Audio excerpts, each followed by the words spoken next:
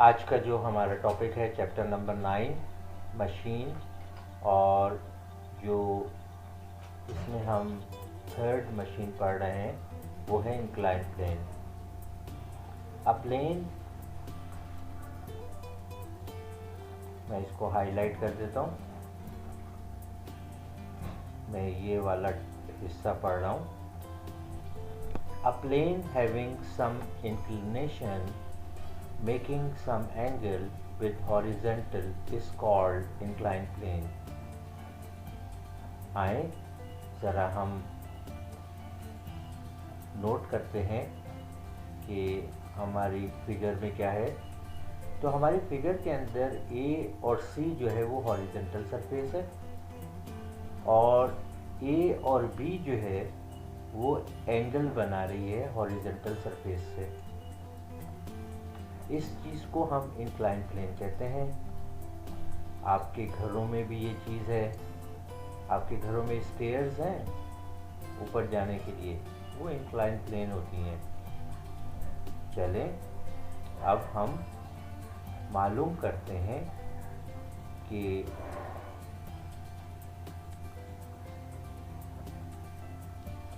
अभी हम मालूम करते हैं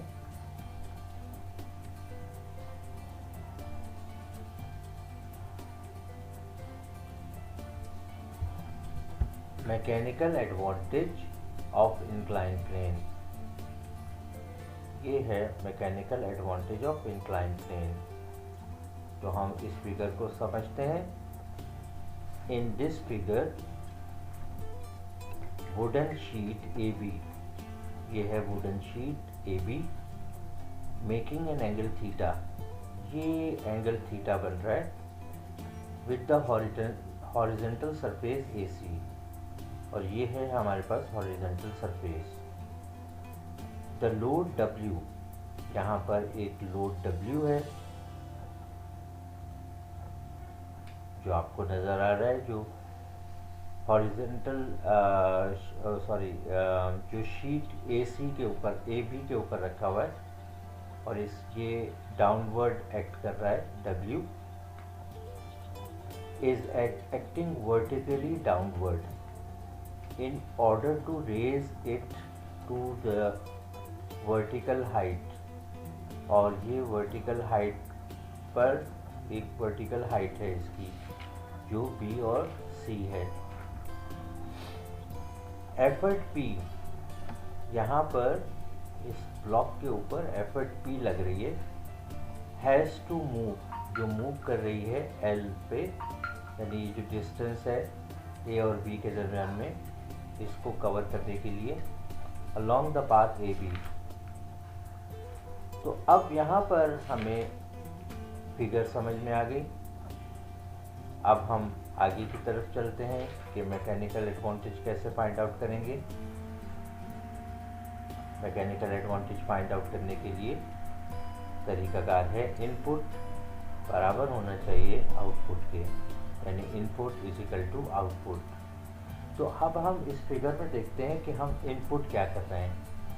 हमारा इनपुट है P और L, mean effort multiply by effort arm, और आउटपुट जो है हमारे पास वो weight multiply by weight arm. Effort जो है वो P है multiply by L is equal to W multiply by H। ये हमारे पास इनपुट और आउटपुट बराबर आ गया। अब हम क्या करेंगे, अब हम ये करेंगे कि इसको क्रॉस मल्टीप्लाई कर देते हैं, यानी W P के नीचे P को W के नीचे ले जाएंगे और H को L के नीचे ले जाएंगे। तो हमारे पास हो गया L upon H is equal to W upon P। Here MA is equal to W upon P। तो W अपॉन P की जगह पे हमने नीचे जहाँ पर ये मैंने हाईलाइट किया, ये जो ब्लैक मैंने ऐसा किया MA, ये मैंने W अपॉन P की जगह लिख दिया, और हमारे पास मैकेनिकल एडवांटेज जो है यहाँ पे आया L अपॉन H। आए इसको मज़ीद समझते हैं। सामने एक फिगर दी हुई है इस तरह की फिगर्स वगैरह, इस तरह की इंक्लाइन प्लेन आपने हॉस्पिटल वगैरह में देखी होंगी, जहाँ पे मरीज़ों को व्हील चेयर पर ऊपर की तरफ ले जाते हैं। पहली जो इंक्लाइन प्लेन बनी हुई है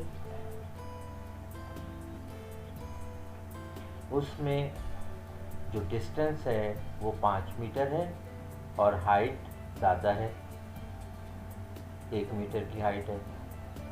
और इसी तरह से दूसरी इंक्लाइन प्लेन है, उसका डिस्टेंस है 10 मीटर और वो भी हाइट 1 मीटर की कवर कर रही है। तो आप में से कौन बच्चा बता सकता है कि कौन सी इंक्लाइन प्लेन ज़्यादा जो है मैकेनिकल एडवांटेज प्रोवाइड कर रही है? बिल्कुल सही, वो है दूसरी इंक्लाइन प्लेन जिसका डिस्टेंस 10 मीटर है। यानी जो इंक्लाइन प्लेन ज़्यादा लंबी होगी उसमें चढ़ना आसान होगा। चलें मज़ीद इसको पढ़ते हैं। अब यहाँ पर जो L था वो कहलाएगा हाइपोटेनियस, H जो है वो परपेंडिकुलर है। आए ज़रा फिगर में देख लेते हैं। इस फिगर को अगर हम गौर से देखें तो ये जो H है ये परपेंडिकुलर कहलाता है और L जो है वो हाइपोटेनियस कहलाता है, जबकि AB जो है वो बेस कहलाएगा। ये एक राइट एंगल ट्राइंगल है।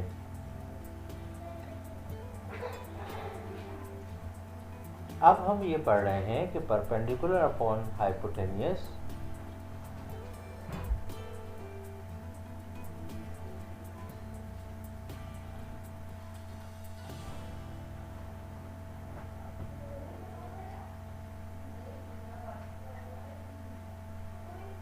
रेसिप्रोकल ऑफ साइन के बराबर होता है।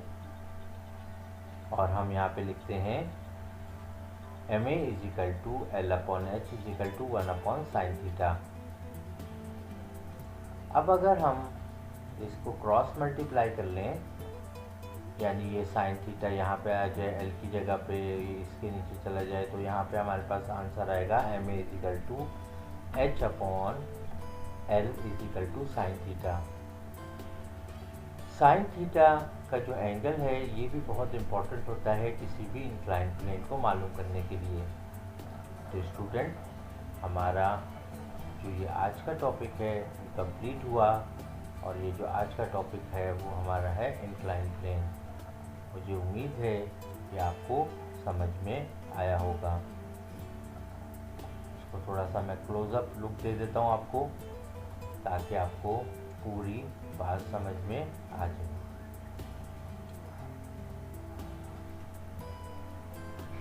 ये देखें, हम ऊपर की तरफ कर रहे हैं। ये हमारा सवाल शुरू हुआ था, incline plane, what is incline plane and find out the mechanical advantage of incline plane. तो इसमें जो ऊपर वाली फिगर है ये बनाना ज़रूरी होती है और ये वाली फिगर बनाना ज़रूरी नहीं है, ये तो आपको समझाने के लिए बनाई गई है।